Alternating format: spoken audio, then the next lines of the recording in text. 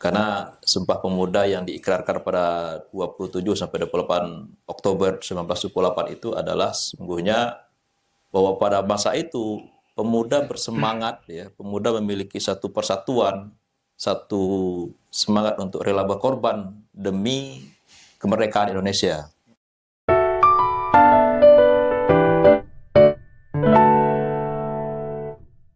Ini bukan sekedar podcast, ini adalah interogasi kritis terhadap janji satu abad yang kita sebut Sumpah Pemuda. Kita ada di pusaran badai, fear of missing out, yang melumpuhkan, hingga krisis iklim yang mengancam eksistensi. Generasi muda hari ini bukan hanya pewaris sejarah, tapi pemegang kunci digital. Pertanyaannya, apakah kita akan membiarkan kecemasan itu menjadi narasi utama, atau akankah kita mengubah digital connectivity menjadi amunisi untuk Sumpah Pemuda? Hari ini kita akan membongkar strategi paling krusial untuk menguasai medan perang kehidupan modern. Dan saya ditemani oleh dua tokoh. Yang pertama telah hadir di samping kiri saya, Bang Amal Fatullah, anggota DPRD Provinsi Riau dari fraksi Partai Keadilan Sejahtera. Dan di sebelahnya Bang Idral, veteran aktivis Kesatuan Aksi Mahasiswa Muslim Indonesia atau yang singkat kami, yang dahulu pernah menggerakkan jalanan. Masya Allah. Assalamualaikum warahmatullahi wabarakatuh, Bang Amal dan Bang Idral. Waalaikumsalam warahmatullahi wabarakatuh. Apa kabar? Alhamdulillah. Terima kasih telah memenuhi undangan kami hadir di podcast kita semua. Bang Amal, Abang ada di ruang formulasi kebijakan. Bagaimana seharusnya generasi muda hari ini mewujudkan Sumpah Pemuda? Bukan sekedar seremonial, tapi kontribusi nyata yang terukur dalam pembangunan daerah. Apa benchmark keberhasilan yang Abang lihat? Silakan. Ya, terima kasih Bang. Kita membahas seorang pemuda. Memang pemuda ini akan pembahasannya agak cakupannya luas ya. Nah, sebagai cita-cita penerus bangsa, pemuda itu memeran suatu peran yang sangat krusial di sebuah daerah, khususnya daerah Riau.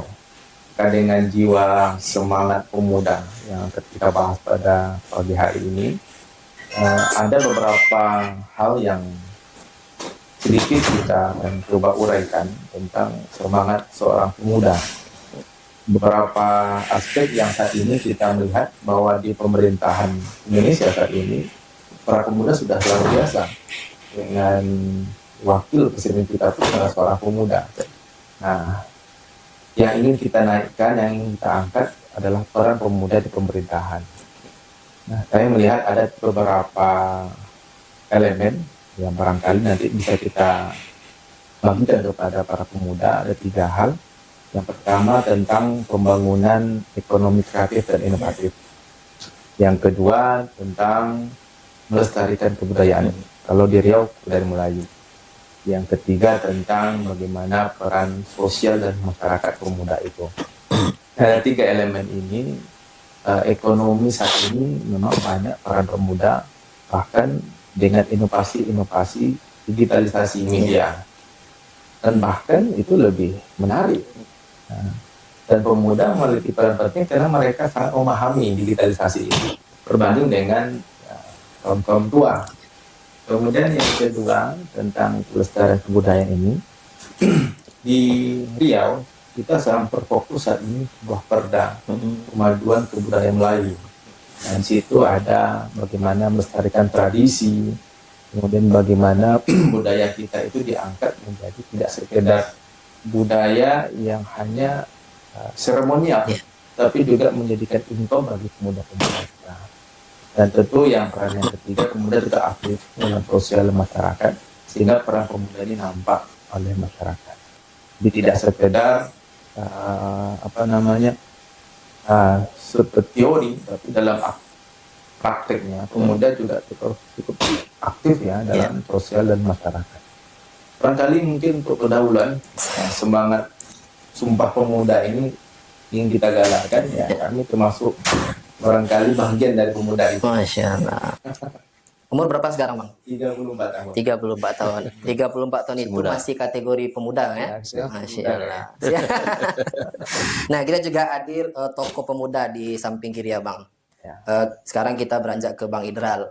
Nah, dari sisi seorang pemuda, dari kacamata tokoh pemuda, di tengah euforia digital, sejauh mana semangat dan potensi pemuda ini benar-benar serius mewujudkan cita-cita Sumpah Pemuda.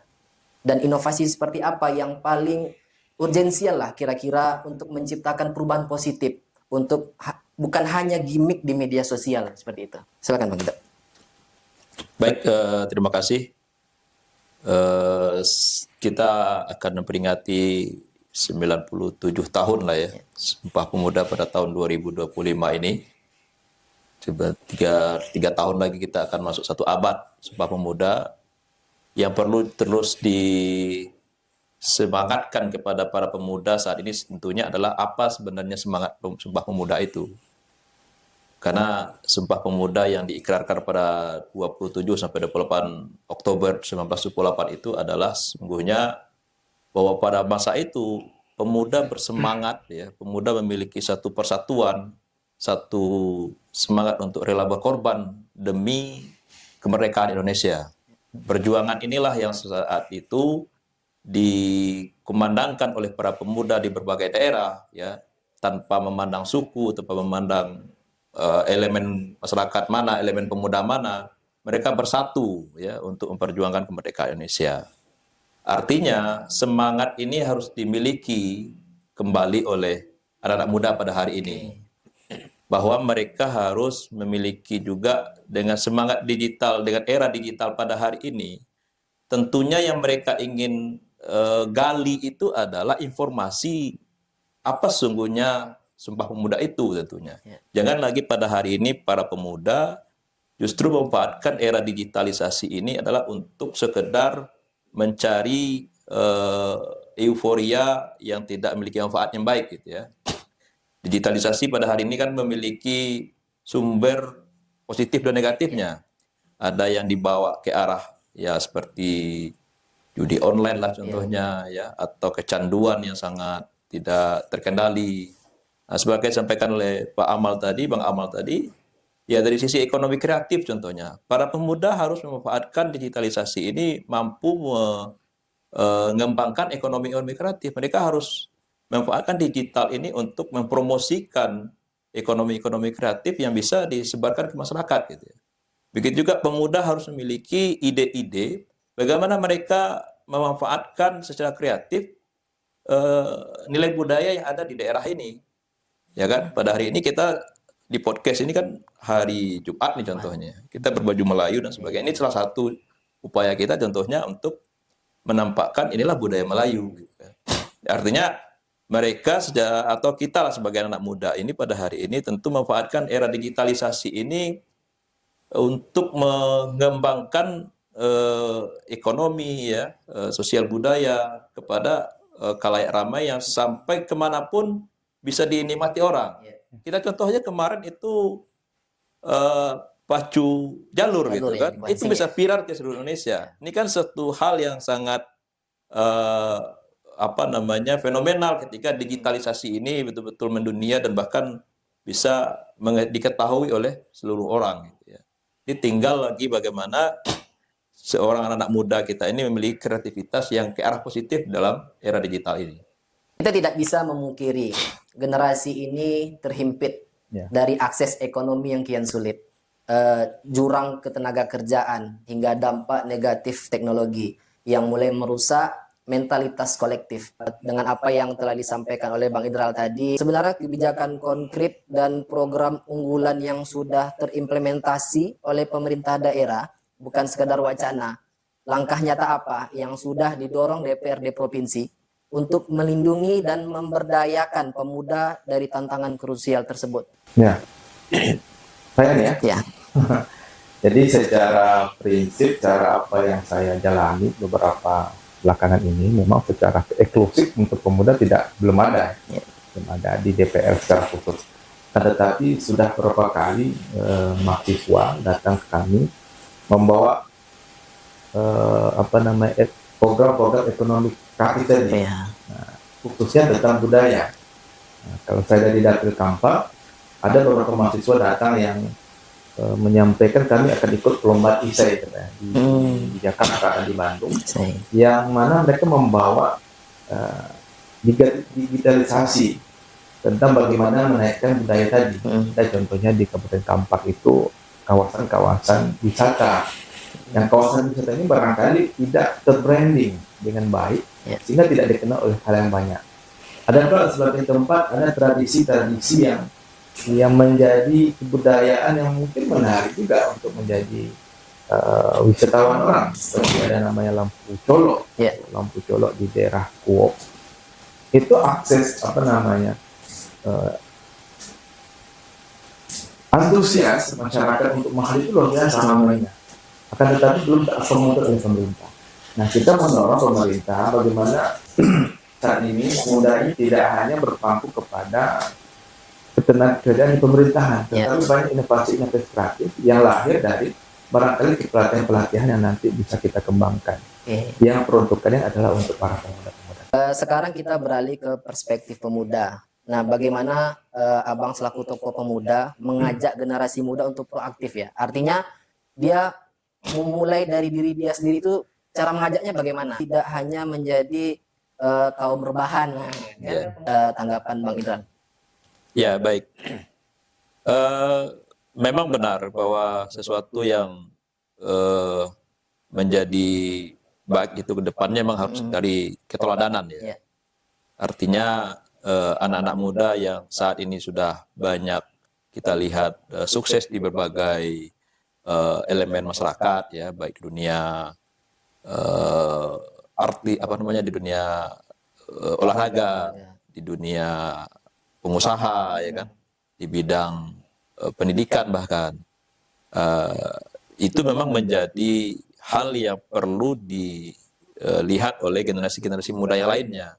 Kesuksesan yang pernah didapati oleh anak-anak muda yang pada saat ini muncul secara cepat gitu ya, itu perlu dijadikan keteladanan atau contoh oleh anak-anak muda yang lainnya. Ya tentunya pada saat ini setiap pribadi kita tentu kan memiliki potensi-potensi masing-masing. Anak muda tentu harus mampu mengenali dirinya dan perlu mengaktualisasikan kemampuan dirinya itu untuk dijadikan ya contoh juga bagi orang lain. Ketika dia memang passionnya itu di dunia atlet, tentunya ya tentu dia harus mampu terus berkembang ya di dunia keatletannya sehingga dia mau betul-betul menjadi atlet yang profesional. Ketika dia juga menjadi seorang akademisi yang baik ya, akademisi yang memiliki potensi secara akademik yang bagus, tentunya dia juga akan belajar dengan sebaik-baiknya ya, belajar dengan serajin-rajinnya sehingga memang potensi itu bisa dia gunakan ke depannya untuk kebaikan dirinya dan masyarakat gitu ya. Ataupun juga dia memiliki kemampuan ataupun juga kecerdasan dalam bidang pengusaha gitu. Tentu hal-hal ini tentu dia harus mampu juga memberikan contoh bagaimana dia memarketingkan usaha-usahanya atau menghidupkan usaha dari mulai yang kecil sampai yang dia sukses gitu ya. Dan ini sebenarnya anak muda banyak yang contoh di sini. Dan era digital pada hari ini sebenarnya banyak harus dijadikan contoh gitu ya. Oleh karena itu memang era digital ini jangan dimanfaatkan oleh generasi muda hanya untuk sekedar memenuhi kebutuhan hasrat nafsu saja. Hanya memenuhi kecanduan saja gitu ya. Ini yang perlu dijadikan introspeksi diri bagi anak muda. Banyak hal dah hari ini ya, anak-anak muda hanya sibuk gadgetnya saja ya, sibuk dengan gamenya saja, sibuk dengan media sosialnya saja gitu ya. Seharusnya banyak sarana di media sosial ini yang digitalisasi ini yang bisa dimanfaatkan oleh anak muda untuk pengembangan dirinya ke depan gitu. Ini yang paling diutamakan oleh anak muda pada hari ini. Karena beda dengan anak muda di masa lalu, masa kami dulu contohnya ya di usia-usia 20 tahunan ya, itu belum ada digitalisasi saat ini. Tapi pada hari ini jangankan usia 20 tahunan, usia belasan saja sekarang sudah pegang gadget gitu, sudah pegang HP, sudah pegang apa. Ini tentu suatu hal yang sangat memiliki potensi besar dan satu sisi juga memiliki satu kekhawatiran ke depan bagi kita dengan era digital pada hari ini. Ya sebenarnya kan pemuda hari ini kan mereka sebenarnya butuh panggung. Ya. Panggung bagaimana mereka bisa menyalurkan bakat di dalam diri. Ya. Ya, seperti yang Bang Amal sampaikan tadi tentang ekonomi kreatif. Nah, sejauh mana sih informasi itu terbuka untuk pemuda, khususnya kita pemuda di Kota Pekanbaru Provinsi Riau ini? Silakan Bang Amal. Sebenarnya secara informasi cukup masif ya dilakukan oleh pemerintah, apalagi saat ini kita bisa mengakses informasi melalui media sosial. Saya lihat juga banyak yang dilakukan oleh pemerintah dalam rangka bagaimana pemuda-pemuda ini punya kreativitas dan inovatif untuk baik bidang usaha maupun bidang-bidang lainnya. Tinggal kita bagaimana pemuda itu disadarkan peluang itu banyak, tapi jangan hanya seperti tadi disampaikan. Jadi generasi Kemerubahan. Nah, itu yang perlu kita rubah mindsetnya. Selagi pemuda itu mau bergerak, banyak peluang dan banyak yang bisa dilakukan. Nah, mencontoh kepada pemuda-pemuda yang saat ini kreatif di bidang usaha. Kita lihat di Riau lah secara khususnya.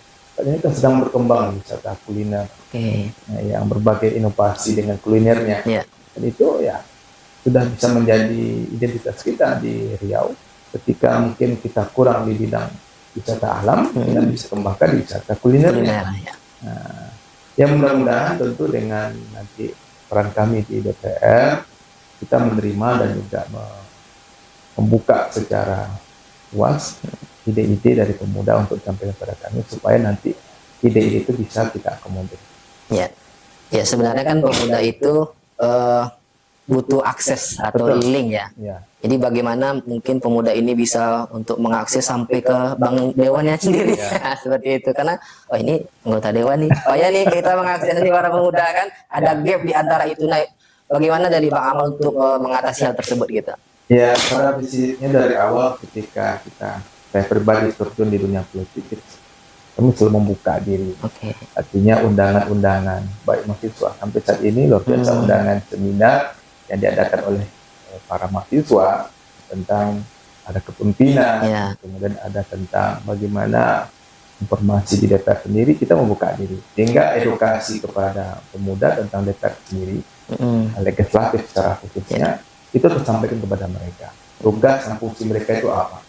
Nah, selama ini barangkali dalam anggapan sebagian orang, ya tugas-tugas DPR itu tidak sampai edukasinya.